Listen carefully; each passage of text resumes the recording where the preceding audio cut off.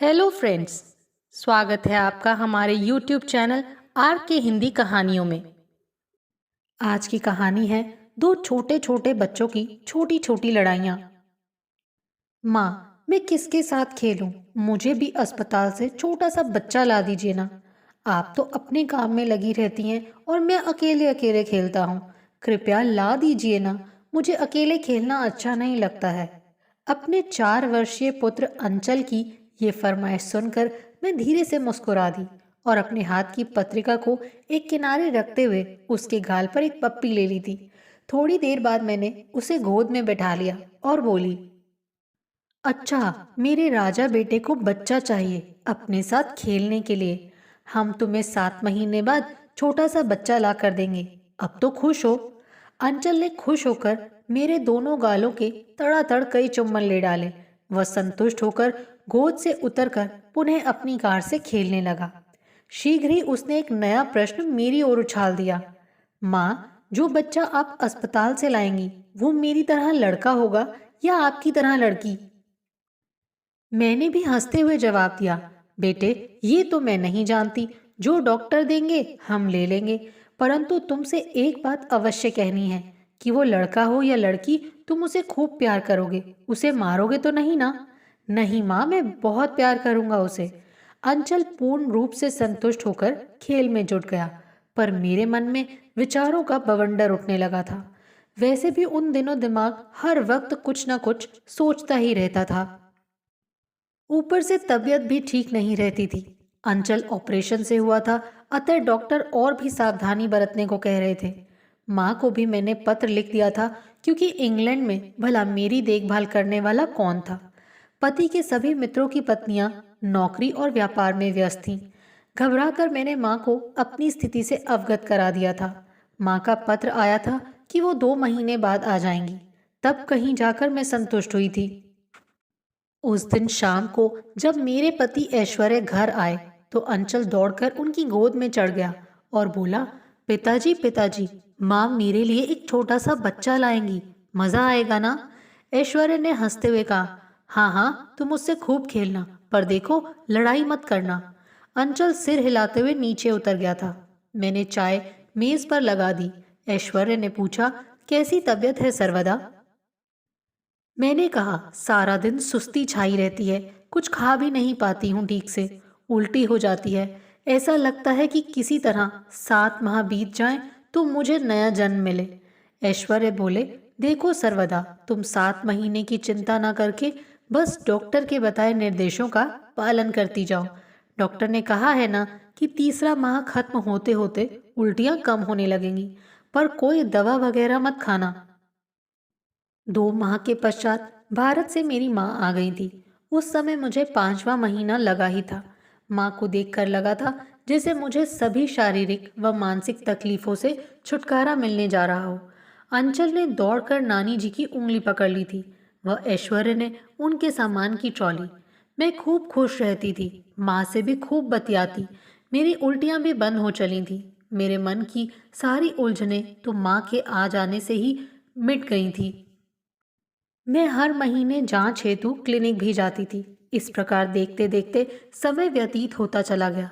मैंने इंग्लैंड के कुशल डॉक्टरों के निर्देशन व सहयोग से एक बच्ची को जन्म दिया और सबसे खुशी की बात तो ये थी कि इस बार ऑपरेशन की आवश्यकता ही नहीं पड़ी थी। बच्ची का नाम माँ ने अभिलाषा रखा। वो बहुत खुश दिखाई दे रही थी, क्योंकि उनकी कोई नातिन अभी तक नहीं थी। मेरी बहन के भी 2 पुत्र थे। अतः माँ का उल्लास तो देखने योग्य था। छोटी सी गुड़िया को नर्स ने सफेद गाउन, मोजे, टोपा व दस्ताने पहना दिए थे। तभी अंचल ने कहा, माँ, मैं बच्ची को गोद में ले लूं।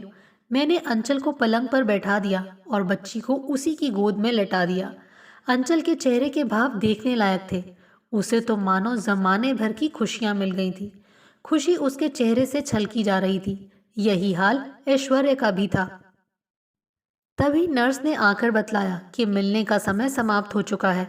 उसी नर्स ने अंचल से पूछा, क्या मैं तुम्हारा बच्चा ले सकती हूँ? अंचल ने हड़बड़ाकर ना में सिर हिला दिया। हम सब हंसने लगे। जब सब लोग घर चले गए तो मैं बिस्तर में सोई नन्ही प्यारी सी अभिलाषा को देखने लगी। जो मेरे व मेरे परिवार वालों की अभिलाषा को पूर्ण करती हुई इस दुनिया में आ गई थी। परंतु अब देखना ये था कि मेरे 4.5 वर्षीय पुत्र व इस बच्ची के बीच में कैसा तालमेल होता है। 5 दिन बाद मैं जब घर आई तो अंचल बड़ा खुश हुआ कि उसकी छोटी सी बहन अब सदा के लिए उसके पास आ गई। बच्ची 2 माह की हुई तो माँ भारत वापस चली गई। उनके जाने से घर बिल्कुल सूना हो गया। इन देशों में बिना नौकरों के इतने काम करने पड़ते हैं कि मैं तो बच्ची और घर के कामों में मशीन की तरह जुटी रहती थी। देखते देखते अभिलाषा 8 महीने की हो गई। अब तक तो अंचल उस पर अपना प्यार लुटाता रहता था, पर असली समस्या तब उत्पन्न हुई जब अभिलाषा ने घुटनों के बल रेंगना आरंभ किया। अब वो अंचल के खिलौनों तक आराम से पहुंच जाती थी। अपने रंगीन व आकर्षक खिलौनों व झुंझुनों को छोड़कर उसने भैया की एक कार को हाथ से पकड़ा ही था कि अंचल ने झपट कर उससे कार छीन ली, जिससे अभिलाषा के हाथ में खरोंचे आ गईं।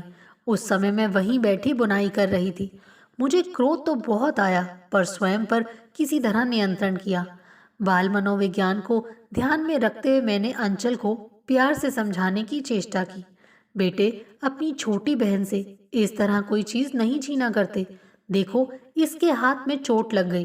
तुम तो इसके बड़े भाई हो, ये तुम्हारी चीजों से क्यों नहीं खेल सकती? तुम इसे प्यार करोगे तो ये भी तुम्हें प्यार करेगी। मेरे समझाने का प्रत्यक्ष असर थोड़ा ही दिखाई दिया और ऐसा प्रतीत हुआ जैसे 5.25 वर्षीय ये बालक स्वयं के अधिकार क्षेत्र में किसी और के प्रवेश की बात को हृदय से स्वीकार नहीं कर पा रहा। मैं चुपचाप रसोई में चली गई। थोड़ी देर बाद जब मैं रसोई से बाहर आई तो देखा कि अंचल अभिलाषा को खा जाने वाली नजरों से घूर रहा था। शाम को ऐश्वर्य घर आए तो अंचल उनकी ओर रोज की भांति दौड़ा। वो उसे उठाना ही चाहते थे, तभी घुटनों के बल रेंगती अभिलाषा ने अपने हाथ आगे बढ़ा दिए। ऐश्वर्य चाहते हुए भी स्वयं को रोक न सके और अंचल के सिर पर हाथ फेरते हुए अभिलाषा को उन्होंने गोद में उठा लिया। मैं ये सब देख रही थी, अतः झट अंचल को गोद में उठाकर पप्पी लेते हुए बोली, राजा बेटा मेरी गोद में आ जाएगा, है ना बेटा? तब मैंने अंचल की नजरों में निरीहता की भावना को मिटते हुए अनुभव किया। तभी भारत से माँ व भैया का पत्र आया, जिसमें हम दोनों पति पत्नी को ये विशेष हिदायत दी गई थी कि छोटी बच्ची को प्यार करते समय अंचल की उपेक्षा ना होने पाए, वरना बचपन से ही उसके मन में अभिलाषा के प्रति द्वेष भाव पनप सकता है। इस बात को मैं पहले ही ध्यान में रखती थी और इस पत्र के पश्चात तो और भी चौकन्नी हो गई थी। मेरे सामने तो अंचल का व्यवहार सामान्य रहता था, पर जब मैं किसी काम में लगी होती थी और छिपकर उसके व्यवहार का अवलोकन करती, ऐसा करते हुए मैंने पाया कि हमारे समक्ष तो वो स्वयं को नियंत्रित रखता था, परंतु हमारी अनुपस्थिति में वो अभिलाषा को छेड़ता रहता था और कभी कभी तो उसे धक्का भी दे देता था। मैं समय समय पर अंचल का मार्गदर्शन करती रहती थी, परंतु उसका प्रभाव उसके नन्हे से मस्तिष्क पर थोड़ी ही देर के लिए पड़ता था। बाल मनोविज्ञान की ये धारणा कि विपरीत लिंग के प्रति आकर्षण न केवल युवावस्था में अपितु बचपन में भी होता है, अर्थात पुत्री पिता को अधिक प्यार करती है व पुत्र माता से अधिक जुड़ा होता है, और मेरे घर में तो वास्तव में सही सिद्ध हो रही थी। एक दिन कार्यालय से लौटते समय ऐश्वर्य एक सुंदर सी गुड़िया लेते आए। अभिलाषा 10 माह की हो चुकी थी। गुड़िया देखकर वो ऐश्वर्य की ओर लपकी। मैंने फुसफुसाते हुए ऐश्वर्य से पूछा, अंचल के लिए कुछ नहीं लाए? उनके ना कहने पर मैं तो चुप हो गई, पर मैंने अंचल की आंखों में उपजे द्वेष भाव व पिता के प्रति क्रोध की चिंगारी स्पष्ट अनुभव कर ली थी। मैंने धीरे से उसका हाथ पकड़ा, रसोई की ओर ले जाते हुए उसे बताया, बेटे मैंने आज तुम्हारे मनपसंद बेसन के लड्डू बनाए हैं, खाओगे ना? अंचल बोला, नहीं माँ, मेरा जरा भी मन नहीं है। पहले एक बात बताइए, आप जब भी हमें बाजार ले जाती हैं तो मेरे व अभिलाषा दोनों के लिए खिलौने खरीदती हैं, पर पिताजी तो आज मेरे लिए कुछ भी नहीं लाए। ऐसा क्यों किया उन्होंने? क्या वो मुझे प्यार नहीं करते? जिस प्रश्न का मुझे डर था वही मेरे सामने था। मैंने उसे पुचकारते हुए कहा, नहीं बेटे, पिताजी तो तुम्हें बहुत प्यार करते हैं। उनके कार्यालय से आते समय बीच रास्ते में एक ऐसी दुकान पड़ती है जहाँ केवल गुड़िया ही बिकती है, इसीलिए उन्होंने एक गुड़िया खरीद ली। अब तुम्हारे लिए तो गुड़िया खरीदना बेकार था, क्योंकि तुम तो कारों से खेलना पसंद करते हो। पिछले सप्ताह उन्होंने तुम्हें एक रोबोट भी तो लाकर दिया था, तब अभिलाषा तो नहीं रोई थी। जाओ, पिताजी के पास जाकर उन्हें एक पप्पी दे दो, वो खुश हो जाएंगे। अंचल दौड़कर अपने पिताजी के पास चला गया। मैंने उसके मन में उठते ईर्ष्या के अंकुर को कुछ हद तक दबा दिया था। वो अपनी ड्राइंग की कॉपी में कोई चित्र बनाने में व्यस्त हो गया था। कुछ दिन पहले ही उसने नर्सरी स्कूल जाना आरंभ किया था और ये उसके लिए अच्छा ही था। ऐश्वर्य को बाद में मैंने ये बात बतलाई तो उन्होंने भी अपनी गलती स्वीकार कर ली। इन दो छोटे छोटे बच्चों की छोटी छोटी लड़ाइयों को सुलझाते सुलझाते कभी कभी मैं स्वयं बड़ी अशांत हो जाती थी, क्योंकि हम उन दोनों को प्यार करते समय सदा ही एक संतुलन बनाए रखने की चेष्टा करते थे। अब तो 1 वर्षीय अभिलाषा भी द्वेष भावना से अप्रभावित न रह सकी। अंचल को जरा भी प्यार करो कि वो चीख चीख कर रोने लगती थी। अपनी गुड़िया को तो वो अंचल को हाथ भी नहीं लगाने देती थी, और इसी प्रकार वो अपने सभी खिलौना पहचानती थी। उसे समझाना अभी संभव भी नहीं था, अतः मैं अंचल को ही प्यार से समझा दिया करती थी। मैं मारने का अस्त्र प्रयोग में नहीं लाना चाहती थी, क्योंकि मेरे विचार से इस अस्त्र का प्रयोग अधिक समय तक के लिए प्रभावी नहीं होता, जबकि प्यार से समझाने का प्रभाव अधिक समय तक रहता है। हम दोनों ही अपने प्यार व ममता की इस तुलब को संतुलन की स्थिति में रखते थे। एक दिन अंचल की आंख में कुछ चुभ गया। वो उसे मसल रहा था और आंख लाल हो चुकी थी। तभी वो मेरे पास आया। उसकी दोनों आंखों से आंसू बह रहे थे। मैंने एक साफ रुमाल से अंचल की आंख को साफ करते हुए कहा, बेटे, तुम्हारी एक आंख में कुछ चुभ रहा था, पर तुम्हारी दूसरी आंख से आंसू क्यों बह रहे हैं? वो मासूमियत से बोला, माँ, है ना अजीब बात, पता नहीं ऐसा क्यों हो रहा है। मैंने उसे बहुत प्यार से समझाते हुए कहा, देखो बेटे, जिस तरह तुम्हारी एक आंख को कोई तकलीफ होती है तो दूसरी आंख भी रोने लगती है, ठीक उसी तरह तुम और अभिलाषा मेरी और पिताजी की दोनों आंखों की तरह हो। यदि तुम दोनों में से एक को तकलीफ होती हो तो दूसरे की तकलीफ होनी चाहिए। इसका मतलब ये हुआ कि यदि तुम्हारी बहन को कोई तकलीफ हो तो तुम्हें भी उसके अनुभव करना चाहिए, उसकी तकलीफ को समझना चाहिए। और यदि तुम दोनों को कोई तकलीफ या परेशानी होगी तो मुझे और पिताजी को भी तकलीफ होगी। इसीलिए तुम दोनों मिलजुल कर खेलो, आपस में लड़ो नहीं और अच्छे भाई बहन बनो। जब तुम्हारी बहन बड़ी होगी तो हम उसे भी ये बात समझा देंगे। अंचल ने बात के मर्म व गहराई को समझते हुए हाँ में सिर हिलाया। तभी से मैंने अंचल के व्यवहार में कुछ परिवर्तन अनुभव किया।